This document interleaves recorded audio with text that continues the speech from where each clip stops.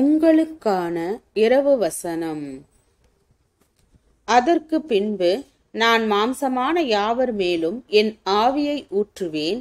அப்பொழுது உங்கள் குமாரரும் உங்கள் குமாரத்திகளும் தீர்க்க தரிசனம் சொல்லுவார்கள். உங்கள் மூப்பர் சொப்பனங்களையும் உங்கள் வாலிபர் தரிசனங்களையும் காண்பார்கள். ஊழியக்காரர் மேலும் ஊழியக்காரிகள் மேலும் அந்நாட்களிலே என் ஆவியை ஊற்றுவேன். வானத்திலும் பூமியிலும் இரத்தம் அக்கினி புகை ஸ்தம்பங்களாகிய அதிசயங்களை காட்டுவேன். கர்த்தருடைய பெரிதும் பயங்கரமுமான நாள் வரும் முன்னே சூரியன் இருளாகவும் சந்திரன் இரத்தமாகவும் மாறும்.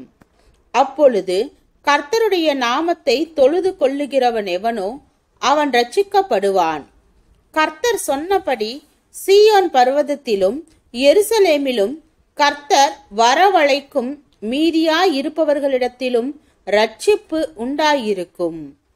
யோவேல் 2 வசனம் 28 முதல் 32 வரை.